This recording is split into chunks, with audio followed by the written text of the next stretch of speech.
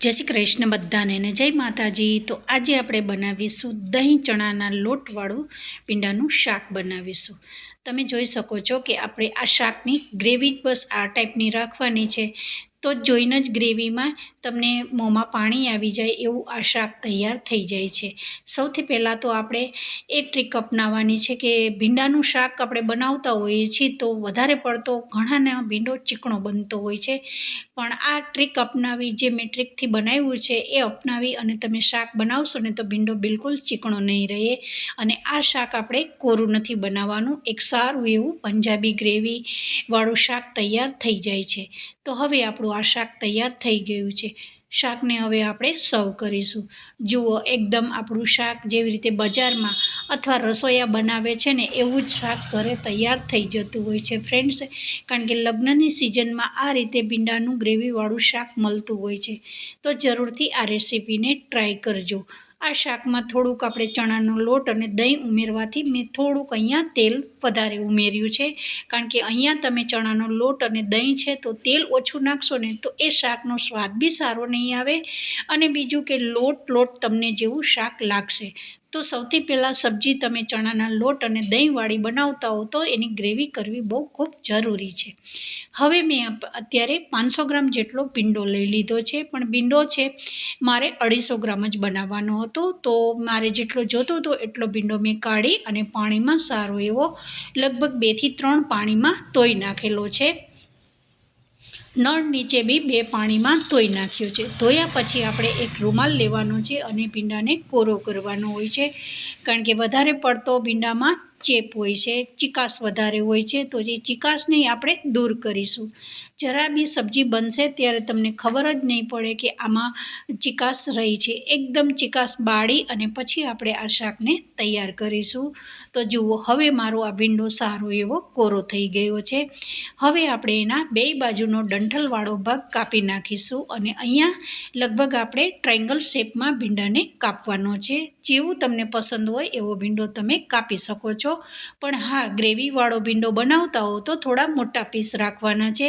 જેવી રીતે આપણે ડ્રાય બનાવતા હોય છે ભીંડાનું શાક, એમાં ઝીણા પીસ બનાવતા હોય છે, પણ આમાં ઝીણા પીસ નહીં ચાલે, કારણ કે ગ્રેવીમાં આપણે ભીંડો સારો એવો મોટો રાખવાનો હોય છે। તો ભીંડો કપાઈ ગયો છે, ત્યાર પછી આદું, લસણ, ડુંગળી, લીલા મરચાં અને ટામેટાં આટલું બી ચોપ કરીને ઉમેરી દીધું છે। હવે આપણે અહીંયા શાક બનાવતા પહેલી પ્રોસેસ કરવાની છે, 1 ચમચી જેટલો ચણાનો લોટ લીધો છે। ચણાના લોટને પહેલાં શેકી દેવાનો છે। એની એ જ કઢાઈમાં આપણે ઘણી બધી પ્રોસેસ કરીશું ફ્રેન્ડ્સ। તો હવે લગભગ 1 થી 2 મિનિટ સુધી ધીમી આંચ ઉપર ચણાના લોટને શેકીને રહેવા દેવાનો છે। હવે લગભગ 2 મિનિટ થઈ ગયા પછી ચણાનો લોટ શેકાઈ ગયો છે, અને તમને શેકાઈ જશે ને એટલે રસોડામાં સુગંધ આવશે, એટલે ઓટોમેટિક તમને ખબર જ પડી જશે કે લોટ શેકાઈ ગયો છે। હા, લોટ દાજી ના જાય એની ખાસ ધ્યાન રાખવાનું છે, નહીંતર આપણું શાક સારું નહીં બને। હવે મેં અત્યારે એની એ જ કઢાઈમાં 1 ચમચી જેટલું તેલ લીધું છે। તેલમાં આપણે જે ભીંડો ધોઈ કોરો કરીને રાખ્યો છે એને આ રીતે શેકવાનો છે, મતલબ કે ધીમી આંચ ઉપર આને લગભગ 2 મિનિટ માટે રાખી દેવાનો છે, તો એનો ચેપ છે બળી જશે। અહીંયા તમારે ઢાંકણું ઢાંકવું હોય તો બી ઢાંકી શકો છો, અથવા ખુલ્લું રાખીને બી તમે આ રીતે ભીંડાને તેલમાં ધીમી આંચ ઉપર શેકી શકો છો, તો એનો ચેપ છે બિલકુલ બળી જશે। શાક જ્યારે તમે ખાશો ને ત્યારે જરા બી ચીકણો ભીંડો રહેશે નહીં। તો આ સમયે તમને લાગે તો તમે ઢાંકણું બી ઢાંકી શકો છો। તો લગભગ 2 મિનિટ માટે મેં ઢાંકણું ઢાંકી અને રહેવા દીધું હતું, ત્યાં સુધીમાં આપણે એક પેસ્ટ બનાવવાની છે। તો હવે ભીંડો ધીમા તાપે થાય છે ત્યાં સુધીમાં આપણે જે શેકેલો ચણાનો લોટ છે એ 1 ચમચી લીધો છે, અને 2 ચમચી જેટલું અહીંયા દહીં લીધું છે। દહીં એકદમ સરસ ખાટું અને સારું એવું ફ્રેશ હોવું જોઈએ ફ્રેન્ડ્સ, તો જ શાકમાં સ્વાદ સારો આવે છે। જો ઉનાળાની સિઝન ચાલી રહી છે અને બહુ દિવસનું દહીં પડેલું હશે તો એ શાકનો સ્વાદ સારો નહીં આવે। સ્વાદ અનુસાર આપણે મીઠું નાખી દીધું છે। અહીંયા એક પેસ્ટ બનાવવામાં જ બધા મસાલા કરી દઈશું। ત્યાર પછી 1 ચમચી જેટલું કાશ્મીરી લાલ મરચું છે, 1 ચમચી ધાણા જીરું છે, અને અડધી ચમચી મેં લગભગ 1 ચમચીના ત્રીજા ભાગ જેટલી હળદર લીધી છે। હવે આપણે બધી વસ્તુને મસાલા, લોટ અને ચણાના આપણે દહીં છે, ચણાનો લોટ છે, એને મિક્સ કરી અને થોડું થોડું પાણી ઉમેરી અને સારી એવી પેસ્ટ બનાવી દેવાની છે ફ્રેન્ડ્સ. આ રીતે બનાવશો ને તો જે સ્વાદ છે ને ગ્રેવીનો એ બહુ જ સરસ આવે છે. પહેલું કામ તો એ છે કે જે દહીં છે એ સબ્જીમાં ગ્રેવીમાં ફાટી નહીં જાય અને ચણાનો લોટ છે એ શેકેલો છે, તો શાકમાં જે કચાશ છે ચણાના લોટની એ બી નહીં આવે. આ રીતે બધી નાની નાની ટ્રીક સાથે જો ભીંડાનું શાક બનાવશો ને તો જે મહારાજ લગ્ન પ્રસંગમાં બનાવે છે ને એને બી સાઈડમાં મૂકી દો એવું જ ઘરે આ શાક તૈયાર થઈ જતું હોય છે.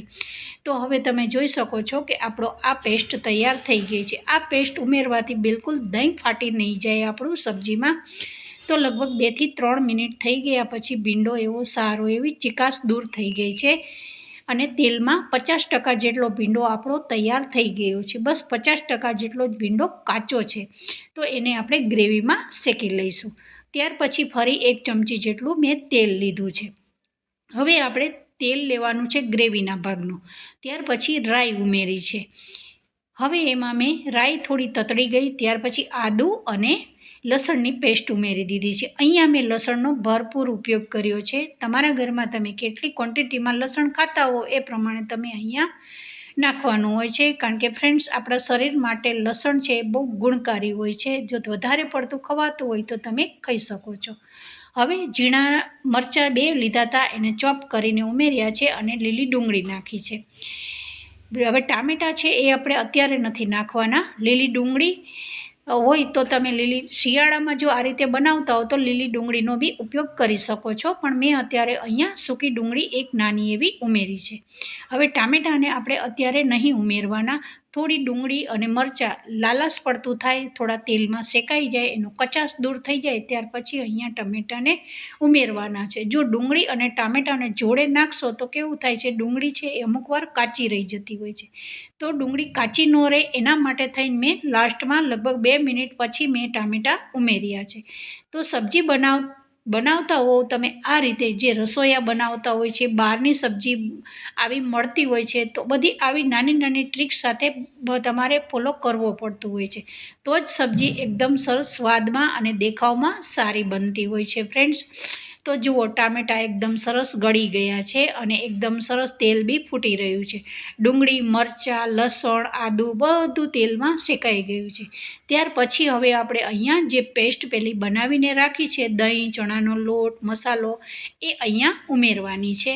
તો આ પેસ્ટ બનાવવાથી મસાલા બિલકુલ દાજી નહીં જાય અને દહીં છે એ બિલકુલ ફાટી નહીં જાય સબ્જીમાં. તો જરૂરથી તમે ભીંડાનું શાક આ રીતે બનાવશો ને તો એ શાક ગ્રેવીવાળું તો બનશે જ. બાજરીના રોટલા જોડે અથવા ભાખરીના, જે સાંજે આપણે બિસ્કિટ જેવી ભાખરી બનાવતા હોય છે એની જોડે આ ગ્રેવીવાળું શાક બહુ જ સરસ થતું હોય છે. કારણ કે આપણે ગુજરાતી છીએ તો અમુક ઘરોમાં સિમ્પલ જ જે ઝીણો ઝીણો ભીંડો આપણે કાપી અને કોરું શાક જ બનાવતા હોઈએ છીએ. પણ હવે પછીથી તમને જો કોરું શાક ખાઈ ખાઈને કંટાળી ગયા હોવ તો તમે જરૂરથી આ રીતે શાકને બનાવજો.